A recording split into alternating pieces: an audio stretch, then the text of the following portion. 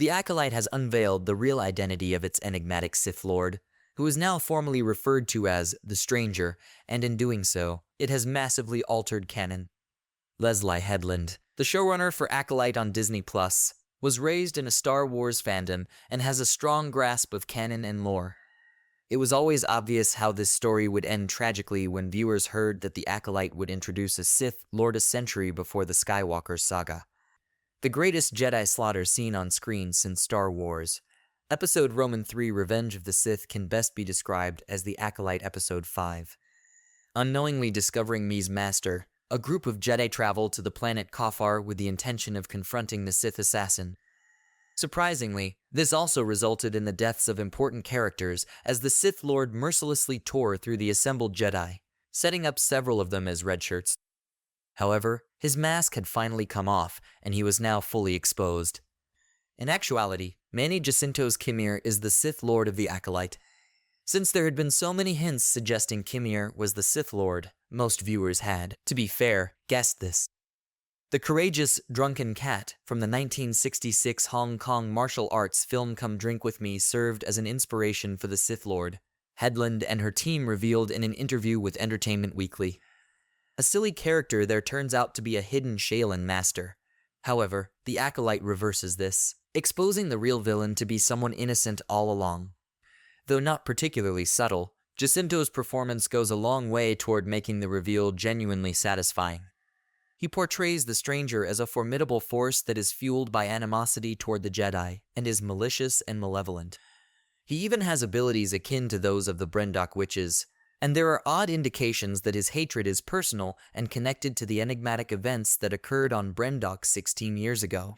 Jacinto does most of the choreography himself, showcasing his incredible lightsaber choreography and how much practice he had. This does not imply that all of the Sith's mysteries have been solved. The Stranger has strange speech patterns, and his taunts don't seem to suggest that he comes from a traditional Sith family. In fact, he doesn't even have a formal Sith name, which is something that a master bestows. This suggests that he is not a true Sith, descended from Darth Bane, but rather someone who has happened to come upon Sith teachings by accident. This is a clever turn of events, as it suggests that if Khofar is vanquished, his passing won't likely affect the canon of Star Wars. Ever since the Acolyte premiered, fans have been wondering why the Jedi believed that the Sith had vanished from the face of the planet a millennium ago, given that they had only recently crossed swords with one a century prior. However, they believed that this was simply a pretender, a would-be Sith who had adopted their ways and gone dark. Then their belief would make sense. After the Ruusan battle, the Jedi heard very little from the Sith. During the Dark Jedi conflict, which occurred approximately 150 years prior to the Battle of Naboo, Kib Jin, a Darksider, made vague threats stating that there would always be two Sith. However, few Jedi believed his insane statements. But then the cultists of Sith started to appear. Most of these Sith were harmless, if a bit disorganized. Many were simply young people rebelling, lacking any real understanding of Sith doctrine or even sensitivity to the Force. Not all of them, though.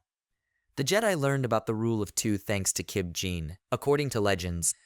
Headland, an ardent Legends fan with extensive knowledge, may have based her Disney Plus TV series on this concept, as she has hinted the Acolyte will address the same query. This would make the Stranger not a source of problems for Star Wars canon, but rather the answer to an enduring problem. At this point, Khofar makes it clear what his mission is, to eliminate every Jedi who has discovered him. The 5th episode of The Acolyte dispelled viewers' initial assumptions that Headland would never do anything so sinister.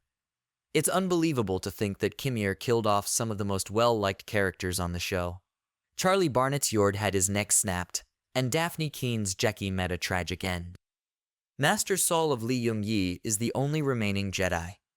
Consistency and canonicity are often viewed by viewers as a kind of straitjacket that limits the possibilities for new stories, but in actuality, they are much more dynamic. Although the presence of a Sith in this era could potentially lead to continuity issues, the real fun lies in seeing how everything comes together in the end.